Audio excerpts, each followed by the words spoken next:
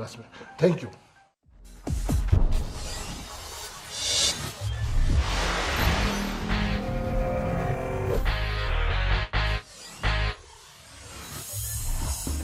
अस्सलाम वालेकुम जुले डियर स्टूडेंट्स। तो इससे पहले हमने अकाउंटिंग रेशियोज़ के बारे में पढ़ा था। उसमें मैंने बताया था कि 4 पार्ट्स हैं, तो 3 पार्ट्स हमने इससे पहले वीडियो में पढ़ा था। तो आज हम एक इम्पोर्टेंट टॉपिक पढ़ेंगे, तो वो है एक्टिविटी रेशियोज़। तो मैं पहले एक रिवाइज़ करूँगा। हमने पढ़ा था करंट लिक्विडिटी रेशियो। तो वो सिंपल था कि हमारा जो एबिलिटी है शॉर्ट टर्म जो हमने उधार लाया है उसमें उसके बारे में है। तो सेकंड जो हमने पढ़ा था सॉल्वेंसी रेशियो, वो लॉन्ग टर्म जो ऑब्लिगेशन से उसका हम एबिलिटी देखने के लिए वो हम टूल यूज़ करते हैं।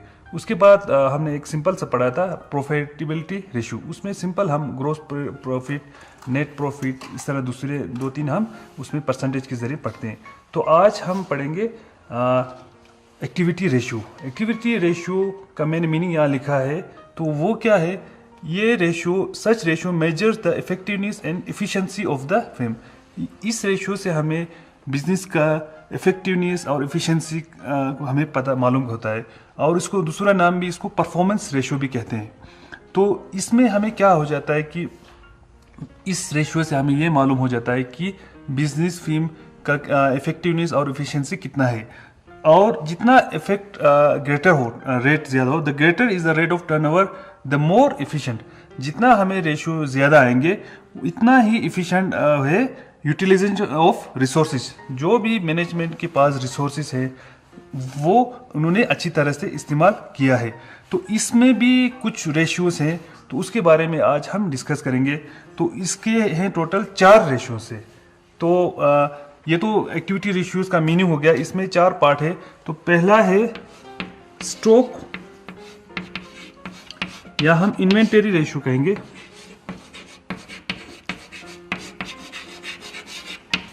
टर्नओवर रेशियो, ये एक हो गया। दूसरा सिंपल है, दूसरा है debtors turnover ratio.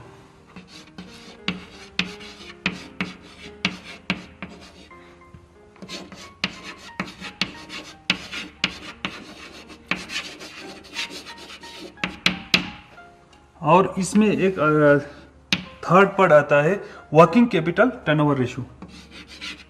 Working capital turnover ratio.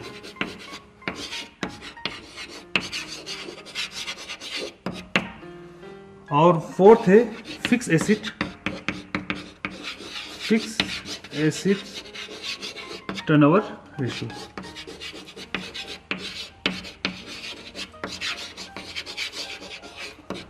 तो बच्चों, हम ये रेशियो क्यों पढ़ते हैं? इस रेशियो से हमें परफॉर्मेंस के बारे में पता चलता है कि फर्म अपना रिसोर्सेज किस तरह इस्तेमाल कर रहा है। तो इसमें टोटल कितने पार्ट्स हैं? 4 पार्ट्स हैं। तो मैं एक एक करके आपको अच्छी तरह से समझाऊंगा। तो अभी मैंने बताया था कि इसके 4 पार्ट्स हैं। तो पहले का मैंने डिफिनीशन यहाँ लिखा हूँ। पहला है स्टॉक टर्नओवर रेशियो, इसको हम इन्वेंटरी रेशियो भी बोलते हैं। तो ये ratio, this ratio is a tool to measure, क्या मेजर करते हैं? Speed with which the inventory is being converted into revenue. जो हमारे पास स्टॉक पड़ा हुआ है उसको हम कितने स्पीड के साथ कन्वर्ट कर रहे हैं, किसमें? रेवेन्यू में। तो इस टूल के जरिए हमें ये मालूम हो जाता है। तो इसको स्टॉक टर्नओवर रेशियो भी बोलते हैं, और दूसरा इन्वेंटरी टर्नओवर रेशियो। तो इसका जब हम रेशियो निकालेंगे, हायर होगा तो the higher the ratio the better it is. जितना हाई होगा इतना अच्छा है। The higher ratio indicates that the inventory is being better managed. जो हमारे पास स्टॉक पड़ा हुआ है उसको हमने अच्छी तरह से मैनेज किया है। तो जितना हायर होगा वहां से हमें मालूम हो जाए कि हमने स्टॉक को अच्छी तरह से यूज किया है। While the lower ratio will mean that the revenue from operation is very slow. तो अगर लोअर रेशियो होगा तो वहां से हमें ये मालूम होगा कि हमारा जो रेवेन्यू है फ्रॉम ऑपरेशन से वो कम है। तो इसका मैं अभी आपको फार्मूला भी बताऊंगा। तो इसका फार्मूला सिंपल है, stock turnover ratio equal to cost of goods sold by average stock. तो एवरेज स्टॉक तो बहुत सिंपल है, आपको opening stock plus closing stock by 2 करना है। यहाँ मैं लिख देता हूँ average stock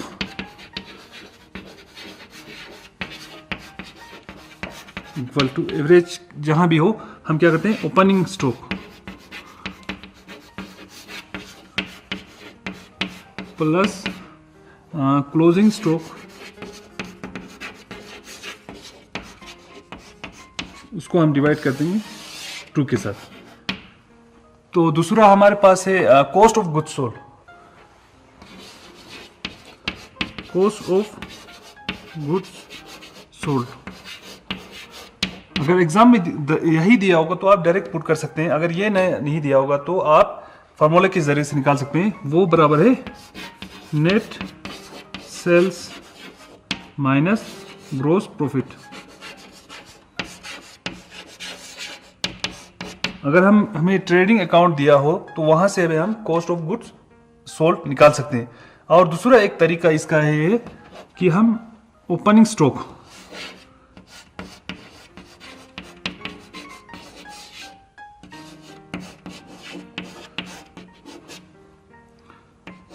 plus purchase plus direct expenses minus closing stock, यहां से भी हम कॉस्ट ऑफ गुड्स सोल्ड निकाल सकते हैं। तो ये फॉर्मूला है। तो लास्ट में मैं इसका 1-2 एग्जांपल भी देखकर आपको अच्छी तरह से समझाऊंगा। और नेक्स्ट पार्ट था हमारा डेटर्स टर्नओवर रेशियो। इसका मैंने सिंपल से एक डिफिनेशन यहाँ लिखा है। इससे हमें क्या मालूम होता है, इट शोज द स्पीड, इसमें भी हमें क्या मेजर करना है, स्पीड्स विथ विच डेटर्स और receivables are converted into cash. जिस स्पीड के साथ हम जो डेटर्स के पास से हमें जो अमाउंट मिलने वाला है उसके बारे में हमें इस रेशियो से मालूम हो जाता है। इसको दूसरा नाम बिल्ड रिसीवेबल्स टर्नओवर रेशियो भी कहते हैं। तो इसका फॉर्मूला है debtors turnover ratio equal to net credit sales by average debtors.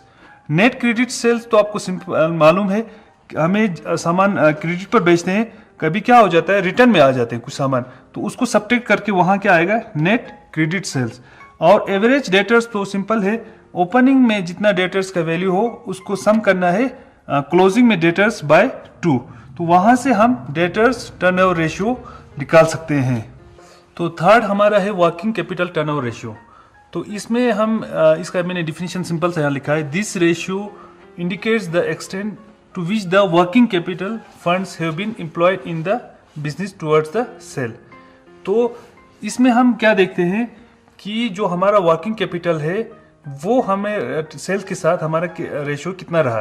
तो higher ratio will indicate that the better and efficient utilisation of working capital.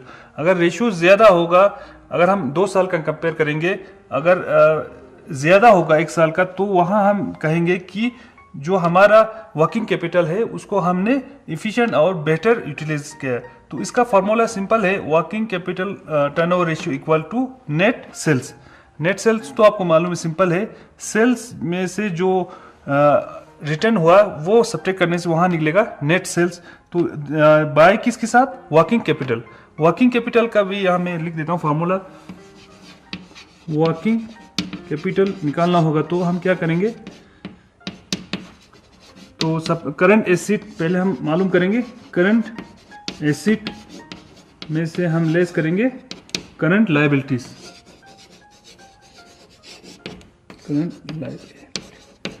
वहां से हमें वर्किंग कैपिटल मिलेगा। तो इस फॉर्मूले के जरिए हम वर्किंग कैपिटल टर्नओवर रेशियो निकाल सकते हैं। तो फोर्थ पार्ट है एक फिक्स एसेट टर्नओवर रेशियो। तो ये भी बहुत सिंपल है। तो ये रेशियो हम किस लिए पढ़ते हैं, this ratio shows how efficiently fix assets are utilised. हमारे पास एसेट 2 होते हैं, फिक्स एसेट और करंट एसेट। अब हमने फिक्स एसेट को कितना अच्छी तरह से इस्तेमाल किया है तो इस रेशियो के जरिए हमें मालूम हो सकता है। तो it also measures the relationship between net sales and fix asset. ये एक हमें रिलेशनशिप भी सेल्स और फिक्स एसिड के बारे में हमें इंफॉर्मेशन प्रोवाइड करता है। तो फिक्स एसिड टर्नओवर रेशियो का फॉर्मूला सिंपल है, नेट सेल्स। नेट सेल्स तो आपको मालूम है, सिंपल सेल्स जो हम करते हैं उसमें से हमें लेस करना है जो सेल्स वापस आए, तो वहां से हम निकलेगा नेट सेल्स। तो यहाँ से नीचे है नेट फिक्स एसिड। तो नेट फिक्स एसिड आपको सिंपल है, फिक्स एसिड को क्या हो जाता है, डिप्रिसिएशन हो जाता है, तो वो लेस करने से हमें क्या निकलता है, नेट फिक्स एसिड। हम यहाँ मान लो हमारे पास फिक्स एसिड हो, तो उसको अगर उसमें से हम डिप्रिसिएशन निकालेंगे तो वहां से हमें क्या निकलेगा, नेट फिक्स एसिड।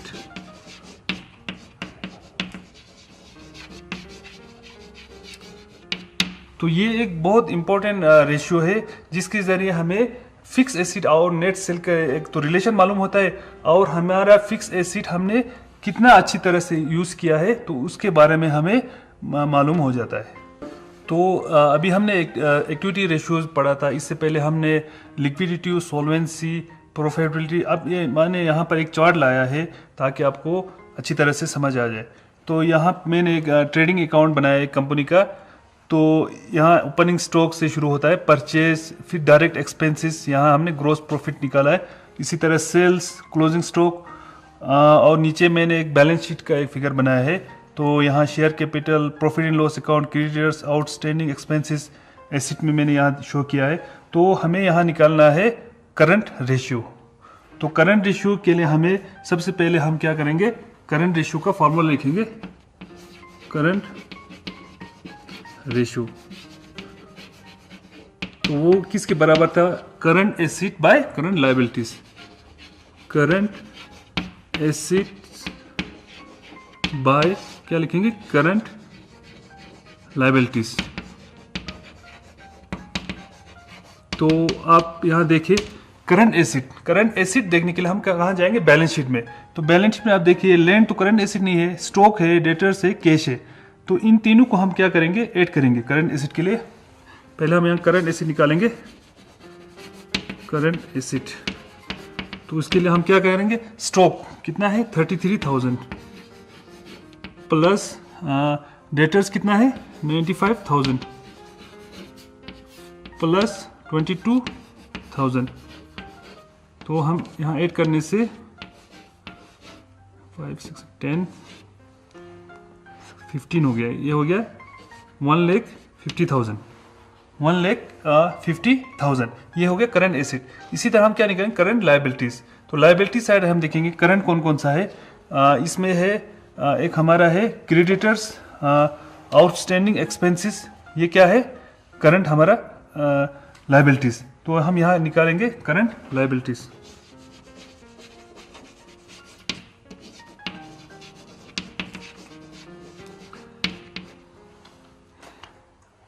क्रेडिटर्स कितना है 1,04,500 प्लस 38,500।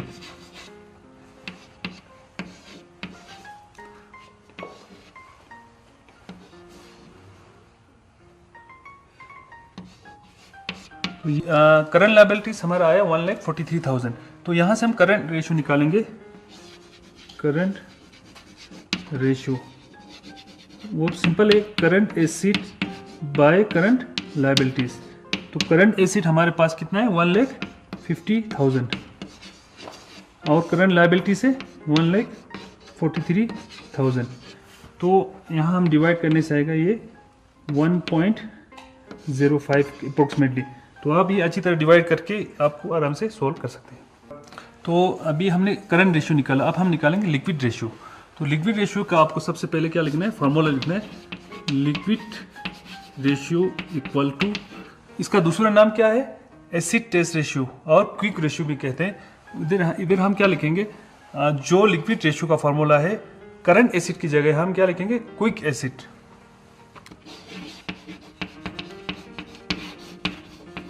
या लिक्विड एसिड भी लिख सकते हैं। उसको हम किसके साथ, डिनोमिनेटर सेम है, करंट लायबिलिटीज। तो क्विक एसिड और करंट एसिड में क्या फ़र्क है? क्विक एसिड में हमें स्टॉक जो हम थोड़ा टाइम लगेगा उसको क्या करना है, लेस करना है। तो अभी हमें करंट एसिड यहाँ हम लिखेंगे क्विक एसिड, वो किसके बराबर है? करंट एसिड में से हमें लेस करना है मान लो स्टॉक को। तो करंट एसिड हमारे पास आया था 1,50,000 माइनस स्टॉक कितना है 33,000, तो ये हमारा हो गया 1,17,000। तो करंट लायबिलिटीज तो पहले ही सेम है। करंट लायबिलिटीज हमने इनको ऐड करके निकाला था आउटस्टैंडिंग और क्रेडिटर्स को, वहां से हमें 1,43,000 आया था। तो हम यहाँ से लिक्विड, यहाँ करंट लायबिलिटीज भी लिख देते हैं। वो हमने क्रेडिटर और आउटस्टैंडिंग को ऐड किया था, तो वहां से हमें आया था, ये आया था 1,43,000। तो हम अब लिक्विड रेशियो निकाल सकते हैं। लिक्विड रेशियो, उसका फॉर्मूला क्या है? क्विक एसिड या liquid acid by current liabilities. दोनों में करंट रेशियो में भी करंट डिनोमिनेटर में करंट लायबिलिटीज आता है और लिक्विड रेशियो में भी डिनोमिनेटर में करंट लायबिलिटीज। तो क्विक एसिड हमारे पास क्या आया? 1,17,000 बाय 1,43,000।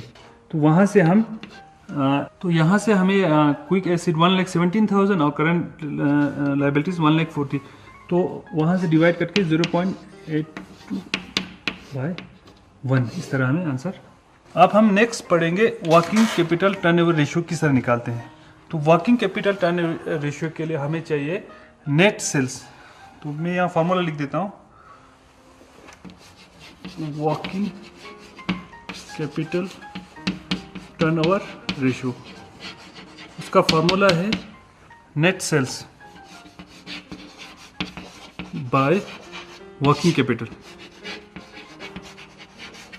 वर्किंग कैपिटल, तो नेट सेल्स तो हमें मालूम है।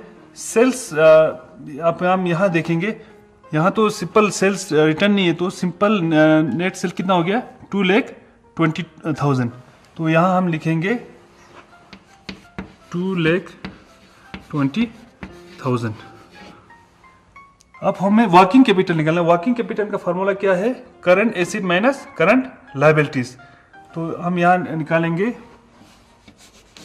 Working capital equal to current asset minus current liabilities. तो करंट एसिड हमारे पास कितना आया था? 1,50,000 आया था।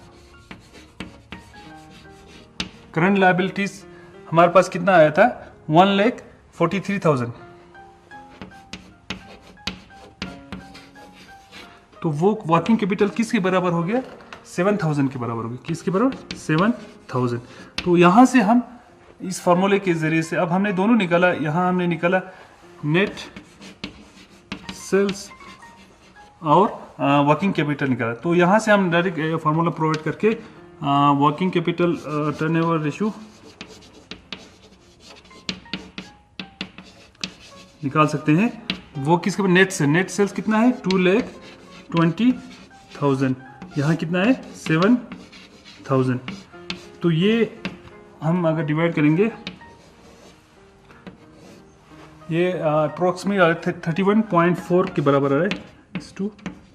1 हम इस तरह लिखेंगे। तो ये हमारा आ गया वर्किंग कैपिटल टर्नओवर रेशियो। अब नेक्स्ट है स्टॉक टर्नओवर रेशियो। इसका भी हम क्या करेंगे? फॉर्मूला लिख देते हैं यहाँ, स्टॉक टर्नओवर रेशियो। तो वो किसके फॉर्मूला है? Cost of goods sold, cost of goods sold by average stock, average stock.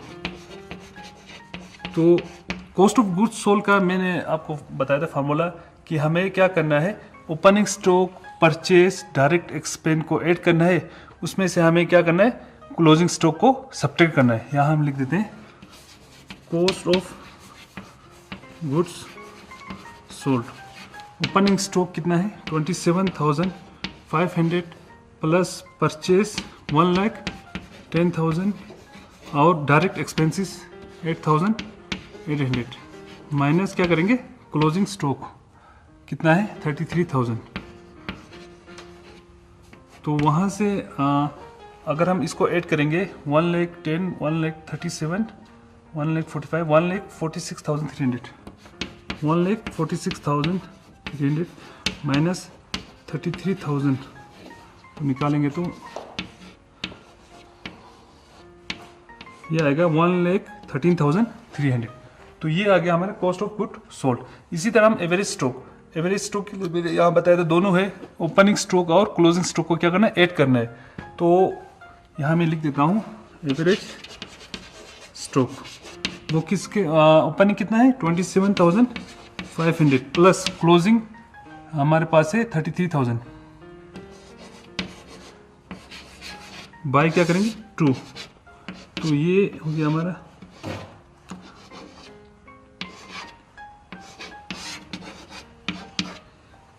हो गया 30,250।